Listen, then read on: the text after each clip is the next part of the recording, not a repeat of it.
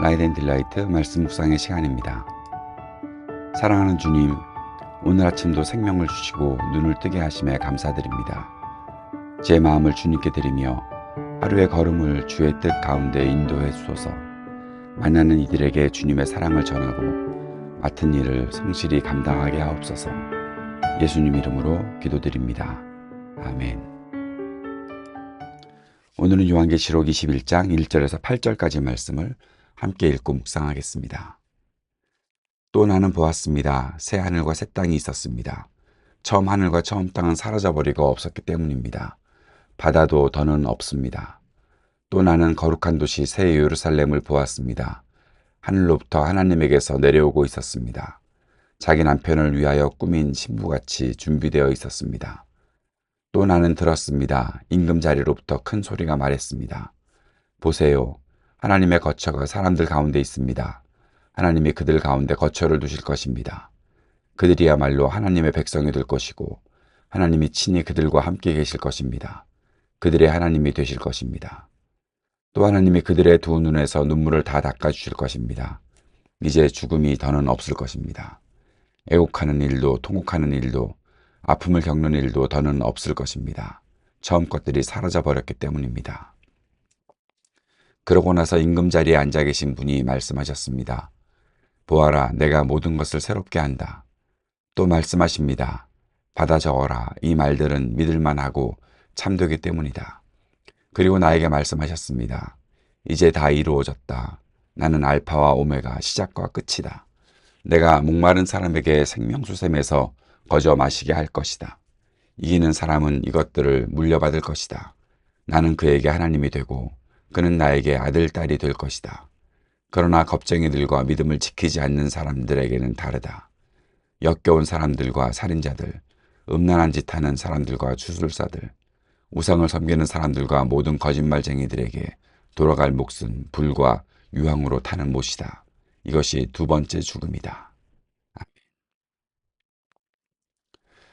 사람은 늘 새로움을 갈망하지요. 새로운 시작도, 새로운 계절도, 새로운 관계도 사람들은 원합니다. 그러나 세상이 주는 새로움은 금세 낡아버리죠. 요한계시록 21장에서 말하는 새로움은 궁극적인 새로움을 보여주는데 바로 이 새하늘과 새 땅은 하나님이 친히 만드시는 결코 사라지지 않을 새로움이라는 사실을 알 수 있습니다. 1절에는 새 하늘과 새 땅이 나타나 있습니다. 처음 하늘과 처음 땅이 없어지고 바다도 다시 있지 않더라 라고 말합니다. 여기서 바다는 단순한 자연 요소가 아니라 혼돈과 악의 상징이죠. 계시록 13장에 등장하는 짐승도 바다에서 올라왔습니다. 새로운 창조, 새 창조에는 혼돈과 악, 두려움이 더 이상 존재하지 않습니다. 2절에서는 새 예루살렘이 하늘로부터 내려온다라고 말합니다. 요한은 거룩한 성 새 예루살렘이 우리가 올라가서 만나게 되는 그러한 도시가 아니라 하늘에서 내려오는 것이다 라고 말합니다. 이는 인간이 쌓아 올린 바벨탑 같은 종교적인 어떤 성취가 아니라 하나님의 은혜의 선물이라는 사실을 강조하는 것이죠. 교회의 사명은 이 도시를 만들려는 욕망이 아니고 내려오는 은혜를 받아 살아내는 것이라는 것을 우리가 알 수 있습니다. 3절과 4절에서는 하나님의 장막, 임마누엘의 성취를 볼 수 있습니다. 하나님의 장막이 사람들과 함께 있다.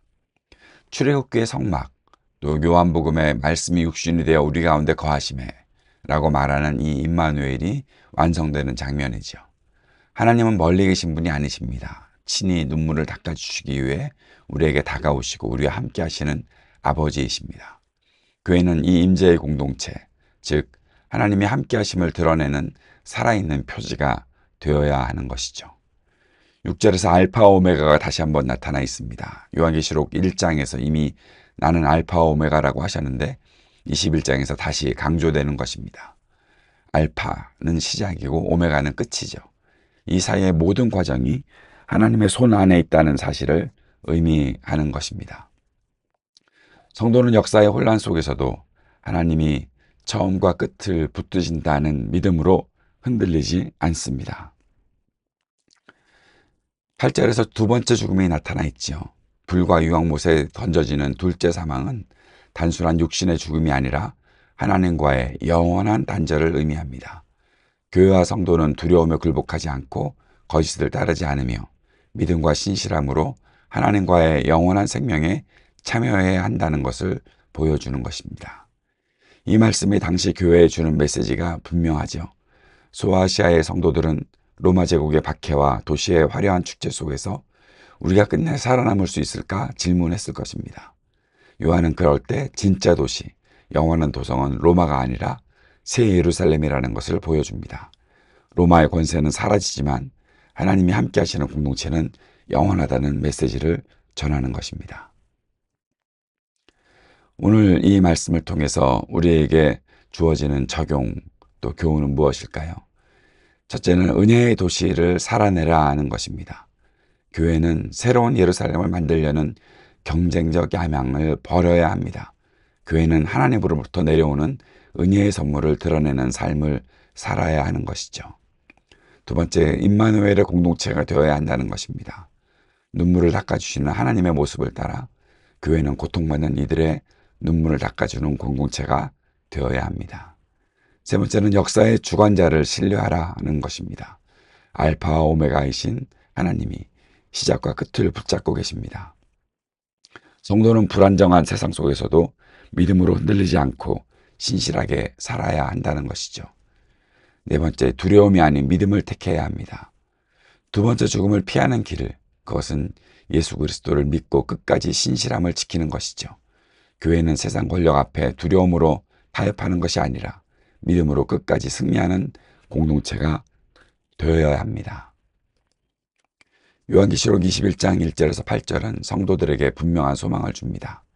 혼돈과 악이 사라진 새 창조의 약속, 은혜로 내려오는 새 예루살렘의 선물, 함께 거하시는 하나님이 주시는 임마누엘의 위로, 시작과 끝을 붙드시는 알파와 오메가의 신실함, 두 번째 죽음을 넘어서는 영원한 생명. 하나님이 함께 하시는 공동체, 눈물을 닦아주는 교회, 믿음을 끝까지 지키는 성도로 부름받았음을 우리가 다시 한번 기억해야 할 것입니다. 주님께서 가르쳐 주신 기도 함께 드리겠습니다.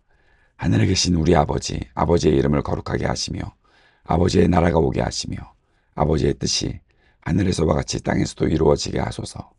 오늘 우리에게 일용할 양식을 주시고 우리가 우리에게 잘못한 사람을 용서하여 준 것 같이 우리 죄를 용서하여 주시고 우리를 시험에 빠지지 않게 하시고 악에서 구하소서.